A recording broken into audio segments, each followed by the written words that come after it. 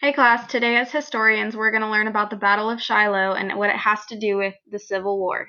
Here's your hook.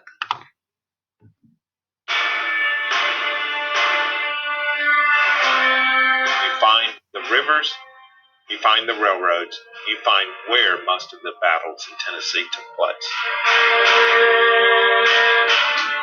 Ultimately, whoever controls the rivers and the rails, particularly in Tennessee, wins the war. As a military strategy, it is straightforward and simple. But controlling the rivers and rails in the Civil War goes outside the lines of battles to bring malice and misery to ordinary people who just want to live in peace. Civilians suffered inordinately from the war because of the occupation of hostile troops. A daughter feels forced into making a patriotic choice that brands him a traitor.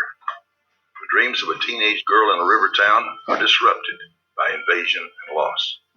The challenge also makes men into heroes, like the volunteers whose risky ride on the rails leads to a Medal of Honor, but also an engagement with the executioner.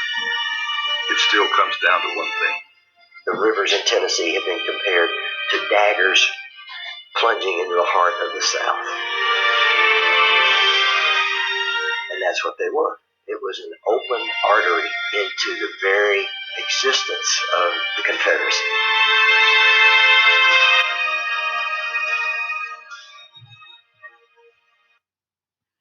Alright, so as you can see, the rivers were very important regarding the Civil War battles, and specifically the battle that we are going to learn about called Shiloh.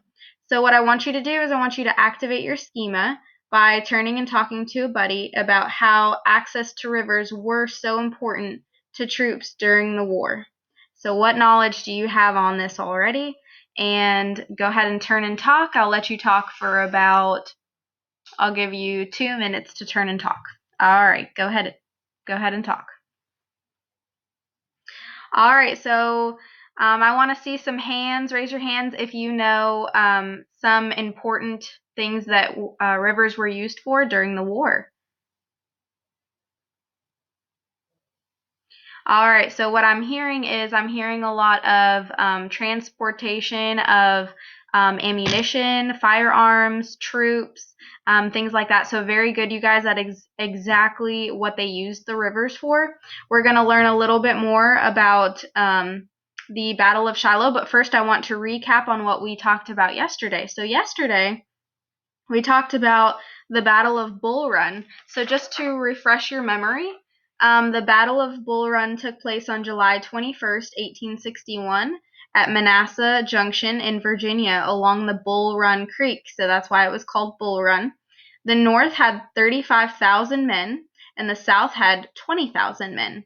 But the South was able to turn the tide on the soldiers because the South was able to fake attack the North by allowing the South, which allowed the South to sidestep the North and deliver 9,000 more troops. This meant the South now had more men than the North, and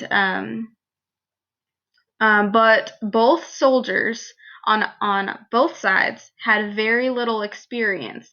So after the new men were delivered, a unit in the South was actually the only unit to stand up and not be taken down by the North, and that one unit alone actually made the North retreat back to Washington. So that was the Battle of Bull Run. Now I'm going to do my teach. So first, we are going to learn about the Battle of Shiloh in the Civil War, which happened, it was very short. It happened April 6th, 1862 to April 7th, 1862. So it was only a 2-day battle. The war focused on controlling the key rivers of the Western region, Mississippi, Cumberland, and Tennessee.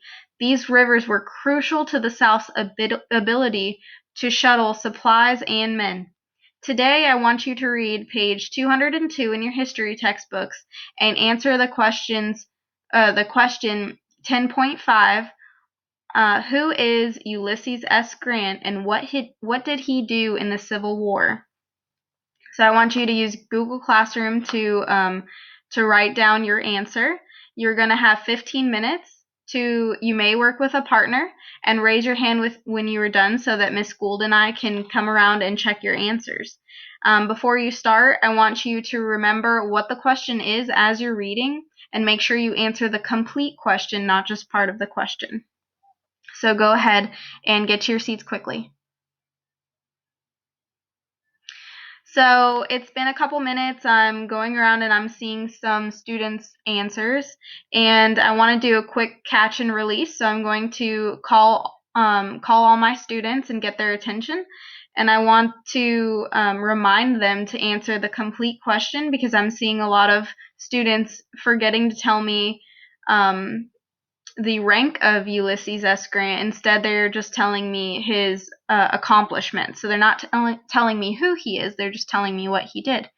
So I'm going to do a quick catch and release there just to remind them of that, and Miss Gould and I will continue to go around and check answers.